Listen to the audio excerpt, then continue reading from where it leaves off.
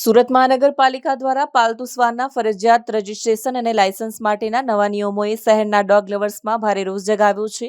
આ નિયમોના વિરોધમાં આજે અનેક ડોગ લવર્સ સુરત કલેક્ટર કચેરીએ આવેદનપત્ર આપવા પહોંચ્યા હતા, જ્યાં તેમણે મનપાના નિર્ણયને અયોગ્ય ગણાવ્યો।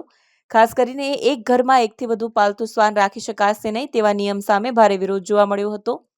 મનપા દ્વારા ઘડવામાં આવેલ નિયમો પૈકી એક ઘરમાં એકથી વધુ પાલતુ શ્વાન રાખી શકાશે નહીં તેવા નિયમે સૌથી વધુ વિવાદ જગાવ્યો છે। આ નિયમનો વિરોધ કરતા રક્ષિત નામના એક ડોગ લવરે પોતાની વ્યથા વ્યક્ત કરતા જણાવ્યું હતું કે તેમના ઘરમાં 2014થી 4 શ્વાન છે, પરંતુ પાલિકાવાળા કહે છે કે એકથી વધારે પેટને પરવાનગી આપવામાં આવશે નહીં। 9 વર્ષથી તેમની સાથે રહે છે તો તેમના બાકીના 3 શ્વાનને ક્યાં રસ્તા પર મૂકી દઈએ તેમ જણાવ્યું હતું।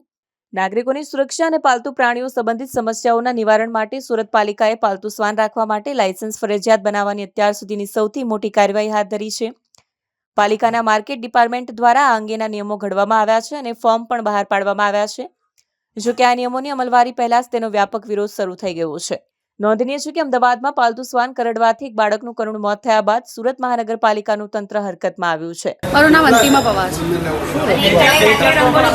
અમારી એસએમસીની આ રજૂઆત છે કે જે 2 નિર્ણયો રજિસ્ટ્રેશનની કોલમમાં એડ થયા છે અને રદ કરવામાં આવે। એક તો 10 લોકોની એનઓસી અને પ્રેસિડેન્ટ અને સેક્રેટરીની એનઓસી જે કોઈ પણ હાલતમાં આપવાના નથી, બિકોઝ સોસાયટીમાં તમને ખબર જ છે કે એવા બહુ બધા લોકો હોય છે જેમને ડોગ્સ નથી ગમતા। અમારી સોસાયટીમાં પણ એવા લોકો છે જે લોકોને ડોગ્સ ના પસંદ છે, તો અમારે એનઓસી કઈ રીતે લેવાની? તો અમારી રજૂઆત છે કે આ એનઓસીનો જે મુદ્દો છે એને પરત લેવામાં આવે। અને બીજી વાત આ છે કે એમને જોઈએ છે કે અમે એક ઘરમાં એક જ ડોગ્સ રાખીએ, તો અમારા પાસેથી બહુ બધા લોકો પાસે એક કરતાં વધારે ડોગ્સ છે, તો અમારે ડોગ્સને ક્યાં છોડવાનું? અમારો બીજો ડોગ્સ એવું તો નથી ને કે અમે એને રોડ પર છોડી દઈએ। અને જ્યારથી આ નિર્ણય આવ્યો છે બહુ બધા લોકોએ પોતાના ડોગ્સને એબન્ડન કરવાનું ચાલુ કરી દીધું છે એસએમસીના ડરના લીધે। તો એસએમસી પાસે એ સુવિધા છે કે જે રોડ પર એબન્ડન થયા છે ડોગ્સને શેલ્ટર કરીને રાખશે? નથી। તો બેટર એ જ છે કે જે લોકો પાસે જે ડોગ્સ છે એમને પાડવા દે અને આ નિર્ણયને રદ કરે। ચિંતન ઠક્કર।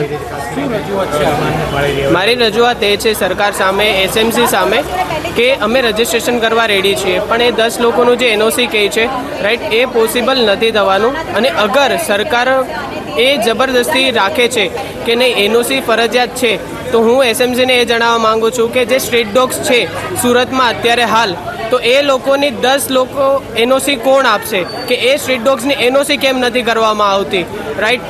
હવે શ્વાન એક એવી વસ્તુ પ્રાણી છે કે જે સ્વર્ગમાં 5 પાંડવો સાથે યાત્રા કરવા ગયેલું હતું, તો એવા જે પ્રાણીને લોકો કેમ હેટ કરે છે? અને એ મારી રજૂઆત છે કે અમે રજિસ્ટ્રેશન પણ કરાવશું, અમારા ડોગ્સને અમે કેર બી કરવાના છીએ અને અમે એક સરખું એને શેલ્ટર આપીએ છીએ। તો એ બધામાં એસએમસીને કે સરકારને તકલીફ શું થવાની છે?